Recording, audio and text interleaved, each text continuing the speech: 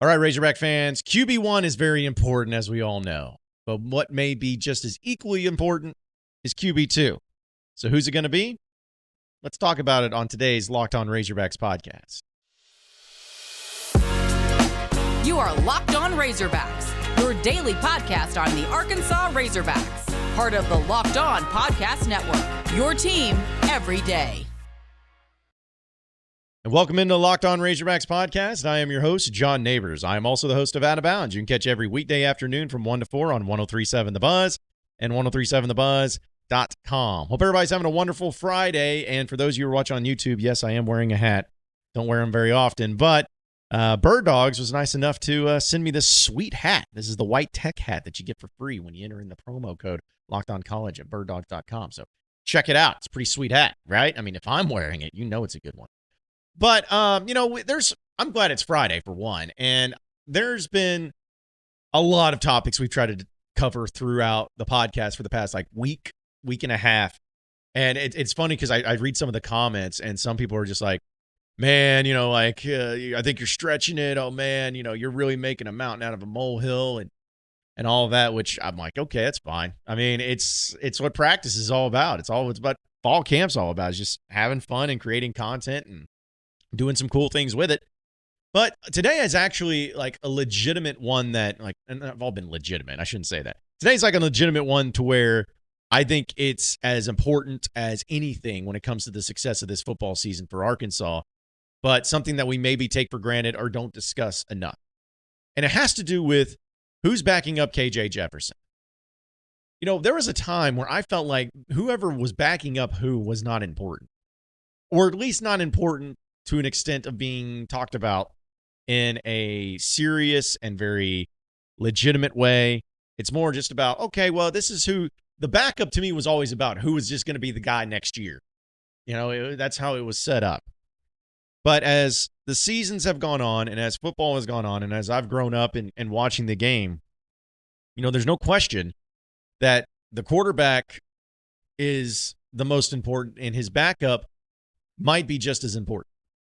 And I went back and looked at some of the Razorback football seasons, folks, and which there's a lot of them to go through. There was about, I was looking at the past 15 years, something like that, because I think that's a fair thing to look at when it comes to this study that I was kind of conducting.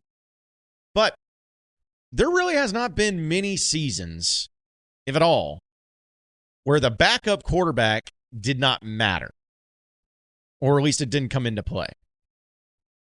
Last year, we know what happened. We know that when KJ went out, it was a completely different team. And there were two games, essentially, that KJ Jefferson did not play in. Mississippi State was the first one that he was unable to participate in. And then we also know that against Liberty, he still wasn't 100% healthy in that one. But I start going back and I'm like, so when was the last time that Arkansas, just looking at them specifically, went through an entire season without having to use the backup quarterback in a meaningful snap? I'm not talking about in garbage time, in a meaningful snap. Well, last year they did. What about the year before, 2021? It was close. KJ almost played and started in every game. But if you remember the game against Texas A&M, which Arkansas actually ended up winning, in the second half, you had Malik Hornsby have to come in because KJ was hurt. So that one might be the best example, or at least the closest example, of not having to worry about, starting quarterback. But even in 2020, the COVID year, Felipe Franks was out for the Missouri game, to which we know KJ Jefferson had to come in and performed really well. I'm not even going to look at 2019 and 2018 in those seasons, because let's be honest, you had an idiot for a coach, and it wouldn't have mattered who they ran out at quarterback. Every quarterback was trash. So it's what's the point of even going through it? People could have gotten hurt and it still wouldn't have mattered. But, going back before that, you had the season with Brett Bielema, his final year. Austin Allen got hurt, and they had to bring in, against Ole Miss, Cole Kelly, who won the game for him. Same thing in 16. 15, you didn't really need any backup quarterbacks in that one. That was probably the one year where Brandon Allen, being the starter, was the starter the entire year. and never really had to come out. Before that, in 2014, though, he did have to come out. He got hurt late in the season. 2013, same thing. 2012, Tyler Wilson got hurt. 2011, Tyler Wilson did not get hurt that season, so that was another one. 2010, we know that Ryan Mallett got hurt, and Tyler Wilson had to come in. So the point is like you just go through the years, and it's not every single year. However, the vast majority of the seasons, at some point in time, you had to rely on your backup quarterback to come in and do something. Sometimes it was to try and win the game. Whether you had you were trailing late in the game or the beginning of the game, or if it was against a big opponent, or even in some cases you had to have a quarterback come in to just hold on to the lead. Just don't screw it up. Hold on to it as long as you can and make it work. It's happened pretty much every year, and it's more than likely going to happen again this year. I'm just being honest. I'm not wishing KJ to get hurt. I hope he doesn't get hurt. None of us hope he gets hurt. But just looking at it from the perspective of how college football works and how it all is, especially when you're a player like KJ, it's going to be inevitable that at some point in time this season, you're going to have the backup come in and play. So who's it going to be? Well, here was Sam Pittman talking with the media just yesterday about the backup quarterback position and as well as the competition to go along with it. I mean, it's always a battle. But Jacoby Criswell is one heck of a quarterback. And so is Fortin. I mean, Criswell has an elite special arm, and he can fly. And they've both done a nice job. Criswell is really playing well as well. So you got a good competition, as Coach Pittman says, a good competition going on. But to me, he didn't give out the answer, but I certainly felt that considering how he approached it and how he answered it, it's going to be Jacoby Criswell. Jacoby Criswell is going to be the backup. Cade Fortin does have some experience. He is the redshirt senior and COVID year senior. Like, he's been around for a long time. And, he played a little bit last year, and it wasn't bad even at times. It wasn't great. It wasn't bad, though, but it's going to be him. You have Malachi Singleton also be there. He's a true freshman, but hopefully you don't have to see much of him this year, because if you do, probably means somebody really got hurt. A few people got hurt. But you're going to have Jacoby Criswell come into a game this year and either have to win it or have to hold on to a lead or whatever it may be. I feel a lot more confident now than I did last year. We all know about the Malik Hornsby thing and how it all went down. And honestly, I'm not trying to throw shade against people now after they're gone, but I think one of the things that Kendall Briles really did not do anyone any favors in is having a backup quarterback prepared and ready. I don't think he did a good enough job of that. And so with Dan Enos now at the helm, I feel better about it too. But you can have one of two ways of this going about. Because I brought up a lot of examples of quarterbacks that came in when other quarterbacks got hurt, and how did it go? Well, sometimes it went really well. I mean, you think about when Tyler Wilson had to come in for Ryan Mallett back in 2010 on the road against Auburn. Arkansas ended up still losing the game, even though they lost to the eventual national champions Auburn. But Tyler Wilson came in and performed really well. Or like when KJ Jefferson had to come in for Felipe Franks after he was hurt against Missouri. KJ came in and performed really well. It happens that way. But then there's other times, too, where it doesn't really always work out. Like the times that Malik Hornsby came in last season. Or the time that Brandon Allen had to come in for Tyler Wilson when Brandon Allen was a true freshman. I would even say when Cole Kelly had to come in for Austin Allen. Not to say he was terrible, but there was a pretty significant drop-off there. And you see the different ways of how it was handled and what the results were from it. You got to have somebody ready. You got to have Jacoby Criswell or Cade Fortin, whoever it is, but you got to have them ready. Because that is something that's going to be an unforgivable sin this season. Where if and when KJ goes out or gets banged up or whatever it is, and you have an offense that was clicking at a high level with KJ, and you bring in the backup, and it looks like they've never played offense before in their life, that becomes a major issue. That cannot happen, should not happen, and hopefully doesn't happen. But you got to make sure your quarterback is ready. You got to make sure that your guy can roll out there on the field and just pick up right where they left off. Maybe not be as good of a start as the starter, because there's probably a reason why there's a starter and a backup. But just go out there and at least have the confidence to lead the team to a victory. Have the trust and respect of your teammates and the trust and respect of your coach.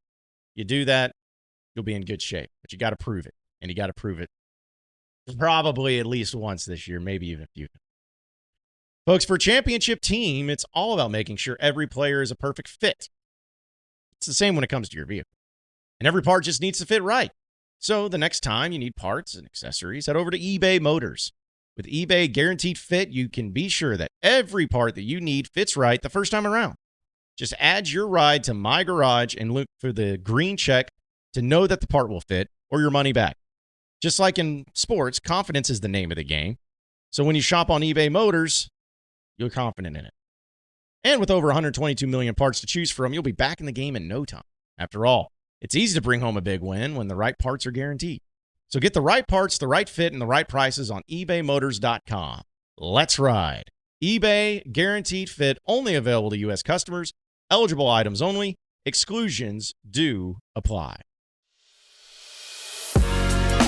You are Locked On Razorbacks, your daily podcast on the Arkansas Razorbacks. Part of the Locked On Podcast Network, your team every day. All right, so moving on into the next segment of the Locked On Razorbacks podcast. So we know that there are a few new pieces to the team and a few transfers, especially in the wide receiver group, that we've heard from and then we've talked about. Andrew Armstrong, as well as Tyrone Broden, and as well as Isaac TeSlaa. Guys that either came from small schools or just D2 schools even. Like, you know, schools that you wouldn't even be able to ever hear from or point out on a map. And I think it's fascinating how people approach this too. It's like if you're at a D2 school or you transfer from a D2 school to a SEC school, it's almost like, well, I don't know about that. I don't know about how they're going to. They don't know what it's like to play the SEC. I mean, this is the closest thing to the NFL they're going to get. They're going to get a rude awakening once they get to the conference. And you know what? Some of them do.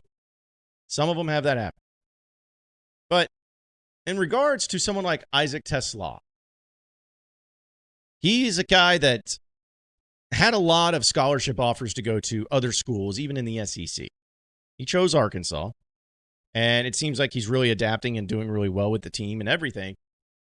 But people want to see it on the field when they go up against another SEC team. And when Isaac TeSlaa met with the media, as well as Al Walcott, he was asked about like the biggest differences, or at least the biggest jumps in what he's noticed about going from D2 to an SEC school like Arkansas. Asked Andrew yesterday kind of what was the biggest change from going from a smaller school to the SEC. He said that the seats in Razorback Stadium. For you, what's kind of been like the biggest oh wow moment I'm here playing in the SEC? Yeah, I mean, just the skill level of the DBs and just how smart and physical they are is something I never really faced at the D2 level. Obviously, you know, that's more of a tribute to the SEC than it is like a knock at D2, because there's like obviously a ton of good players where I was before, but definitely just, you know, the physicality. And I didn't face a lot of man-to-man back at Hillsdale. So here, learning how to get off man-to-man and press and stuff like that is something I needed to adjust to. Off the field specific, that stood out? Man, I just love the community here. My first time ever coming to Arkansas was on my visit, and you never know what to expect when you're visiting somewhere that many people don't know about. So coming here to Fayetteville, it's just, you know, the atmosphere and the fans here, and just the people in the community. I feel like it was been incredible. Amen. All right, so there's Isaac TeSlaa, and also love the Al Walcott amen at the very end of it. But yeah, you know, you think about some of the players that come from the D2 that has actually performed pretty well, and like one of the most recent examples of it. And maybe it's not the exact same level or league or whatever, but I think about like a John Ridgeway, who back in 2021 was really the only defensive lineman that was pretty consistent and was just an absolute monster. And he came from D2 or D3 or whatever. I mean, he came from a lower level, and he had 1 year left, and he came into Arkansas, and boom, he blew up and made the most of it and played in the NFL. I don't know if he's still in the NFL or not, but I know he was messing around with the Cowboys and all that. But still, the point is that he was able to be good enough to play at Arkansas and to play in the NFL, coming from that small school. So it is possible to get sometimes big-time players who maybe got overlooked a little bit when they were in high school, or maybe they didn't come into their own until they got into college, or maybe they just had to showcase their skills and abilities to work their way up to get the notice and attention that they needed. And once they did, they were able to translate it pretty quick. I mean, I don't know if Isaac TeSlaa is going to be going nuts, like just balling out and having the highest numbers in the SEC. It'd be pretty cool if he did. It'd be a lot cooler if he did. But what I do know is that you just can't look at a player from wherever they transferred, even if it was a lower level school than what you or I are used to, and immediately write them off.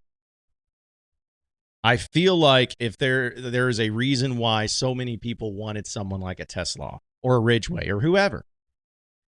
Even a guy like Andrew Armstrong coming from Texas A&M Commerce, like he had legitimate offers to other big schools, even in the SEC. So you can't write them off. They can be big-time players, and they can be effective immediately. Now, am I going to guarantee it? No. You know why? Because I don't know. But I'd like to see what they can do. And if they're able to hang into practice, going up against other SEC athletes, and not only hang, but also do really well, I think that's a really good sign. Of course, some of you will be like, oh, well, that probably just means how crappy our secondary is. Okay, whatever. Just look at it as a glass half full or half empty, however you want to do it. But I'm going to look at it as a way that, hey, they're holding their own. They'll be all right, especially come SEC play. Folks, this episode is brought to you by Markel. From Fayetteville to El Dorado and everywhere in between, Markel has been helping Arkansas' small business community for over 30 years. Markel is a global specialty insurer with a truly people-first approach. To them, insurance is more than just a piece of paper. It's a promise to help people get back on their feet. We spend a third of our lives working, so on-the-job injuries can be expected. You work hard to build your business, so it's important to make sure that you and your employees have the right insurance coverage. Whether you're a new business or celebrating your 25th year anniversary, whether you have one employee or just 1,000 employees, Markel aims to understand your workers' compensation insurance needs. Find a local independent agent to get free workers' compensation insurance quote today at markelinsurance.com/lockedon. That's markelinsurance.com, MARKEL insurance.com/lockedon. Markel, insuring America's small business since 1930. Insurance carrier coverage, dividends, services, availability may vary by state. Markel is a registered trademark of Markel Group, Incorporated. You are Locked On Razorbacks, your daily podcast on the Arkansas Razorbacks, part of the Locked On Podcast Network, your team every day. All right, so final segment here on the Locked On Razorbacks podcast. So I saw that this graphic got put up by the SEC Network, and it really got me thinking about what this means. I think it's funny when people, like, listen, it's easy to go about and say, oh, who's your top 5 quarterbacks? Oh, okay, didn't list them. And then everyone's got a list, and most of the time the lists are pretty much the same. So I at least appreciate it when the content is pretty creative, and this is what the SEC Network did. And I'm going to throw the graphic up here on the YouTube page, and I'll explain it to you for those who are listening on audio. But essentially what it is they listed out the top 5 dudes you don't want to tackle in the SEC. All right, so that's a cool little thing, right? Makes a little sense. But they have it to where number 5 is Brew McCoy from Tennessee. Number 4 is KJ Jefferson. Number 3 is Brock Bowers from Georgia. Number 2 is Rocket Sanders. And number 1 is Quinshon Judkins from Ole Miss. Those are the top 5 dudes that you don't want to tackle according to the SEC Network. Now, Judkins, whatever. You know, I'm still going to prefer Rocket, especially now that he's gained weight and he's at 242. So I'll probably lean towards him. But what a cool list to be on, and what a cool list to have 2 of the guys on. And that's like a great thing that there are so many highlights that you see of trying to bring those guys down. And it really doesn't go well for a lot of them, especially KJ. KJ's had at least 4 plays that I can remember over the past 2 seasons where he looked like he was dead to rights, sacked, and got out of it, or he was running and just bounced off tacklers. Like, it's one thing to, if you're a cornerback or a safety, to tackle a wide receiver or even a tight end, you know, somebody like that. But when you're going up against a quarterback like KJ Jefferson that weighs 240 pounds and is running full steam. And, you're almost afraid of like, okay, it's a quarterback. Oh crap, it's a quarterback. I think there's an element of psyche there where it's like, you don't want to hit him too hard. You don't want to target him. You don't want to take out his legs. You don't want to hit him when he gets too close to out of bounds. So it's almost like defenders will not go full on tackling on a quarterback because of that fear. Maybe I'm overlooking it. Maybe I'm seeing too much in it, but that's how I look at it. It's like, it's almost like a fear that they have. And then with Rocket Sanders, I mean, you just got a dude that's 6'2", 240 pounds and who can run a 4.4 or whatever. And he's just going to, just do Madden hit stick on you or truck you. And then you're just on the ground before you know it. But I love having guys like that. And it's cool that it's at least get recognizing for that. And I couldn't imagine trying to bring some of those guys down, especially those two dudes. And so I'll be curious to see how many broken tackles that they have this season. Hopefully it's more so for Rocket. I don't want to see KJ running the ball too much that he has to. Maybe getting out of sacks is all great and good, grand, wonderful. I'll see some of that. But, just be careful. Be safe. Don't get hurt. Go down if you need to. I don't risk it. Just go down if you need to. Be good that way and all of that. But anyways, I just thought that was a cool little list. And hopefully they have more of those plays this year. Because, again, I couldn't imagine trying to tackle those guys. Like, that should be something that I think would be really good. Like, almost like the show Jackass. Remember that? I think they had an episode where Johnny Knoxville went over to USC. This is like back in the late 90s, early 2000s. He dressed up in his Tennessee Volunteer garb and took a kickoff where he had no blockers, but it's just him down there. And then he had 11 guys just running down the field trying to tackle him as hard as he could. Maybe I should do that and see if all right, I'm going to try to tackle Rocket Sanders or KJ Jefferson. And then that'd be pretty funny. Good for the content, but I'd probably get a concussion. And I'd probably have to eat my food through a spoon. Or straw, I should say, for the rest of my life. Yeah, I'm not going to do that. It's a great idea on paper. Maybe one day, but not tonight. Appreciate everybody listening in the Locked On Razorbacks podcast. Be sure to like and subscribe to the podcast on iTunes or on Google Play. You can also get after me on Twitter at BuzzJohnNabors for any questions, comments, concerns that you may have. We'll keep it going from there. Same podcast time, same podcast channel. Next Monday. Have a great weekend, everybody. We will see you then.